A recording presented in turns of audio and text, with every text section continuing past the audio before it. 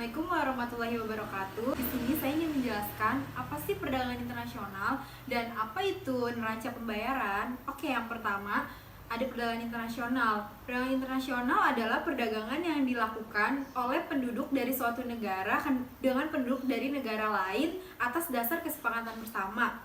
Contoh perdagangan internasional itu ada dua. Yang pertama ada kegiatan ekspor. Ekspor adalah kegiatan menjual barang atau jasa ke luar negeri. Yang kedua ada kegiatan impor. Impor adalah kegiatan menjual barang atau jasa ke dalam negeri. Secara kumulatif, nilai ekspor Indonesia pada bulan Januari sampai Agustus 2019 mencapai 110,7 miliar US dollar atau menurun sekitar 8,28% dibandingkan periode yang sama pada tahun 2018. Yang selanjutnya ada impor. Nilai impor Indonesia pada bulan Agustus 2019 mencapai 14,20 miliar US dollar atau turun 8,53% dibanding bulan Juli 2019.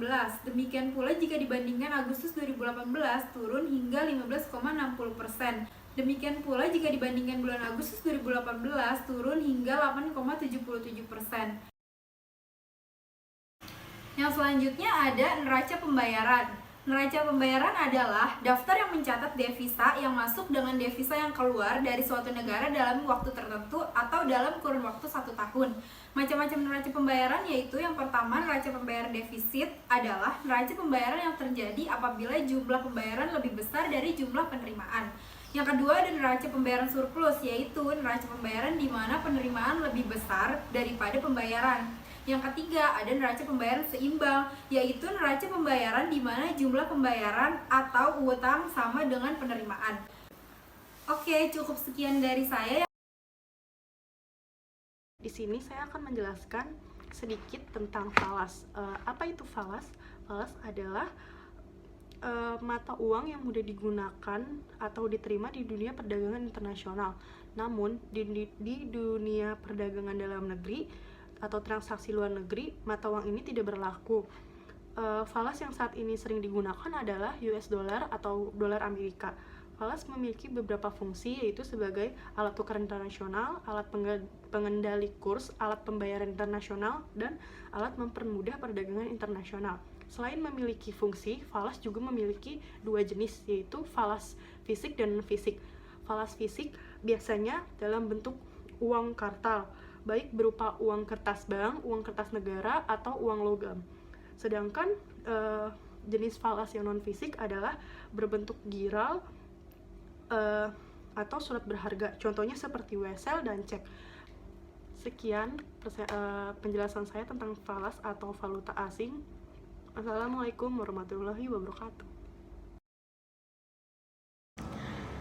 Di sini saya akan menjelaskan tentang kebijakan moneter. Apa sih kebijakan moneter itu? Kebijakan moneter itu proses mengatur persediaan uang sebuah negara untuk mencapai tujuan tertentu, seperti menahan laju inflasi dan meningkatkan kesejahteraan. Selanjutnya, tujuan kebijakan moneter. Yang pertama, menjaga kestabilan ekonomi. Kedua, menjaga kestabilan harga. Tiga, meningkatkan kesempatan kerja. Dan terakhir, memperbaiki neraca perdagangan kerja. Di sini saya juga akan menjelaskan tentang instrumen kebijakan moneter. Instrumen kebijakan moneter itu dibagi menjadi 4. Yang pertama, operasi pasar terbuka atau open market operation. Dua adalah fasilitas diskonto. Dan yang ketiga, rasio cadangan wajib. Dan yang terakhir, himbauan moral. Ini saya juga akan menceritakan tentang sejarah kebijakan moneter di Indonesia. Kebijakan moneter yang diterapkan pada tanggal 13 Desember 1965 adalah politik sharing. Mulai tahun 1960, kebutuhan anggaran pemerintah untuk proyek-proyek politik semakin meningkat akibat isu konfrontasi yang terus dilakukan dengan Belanda dan Malaysia.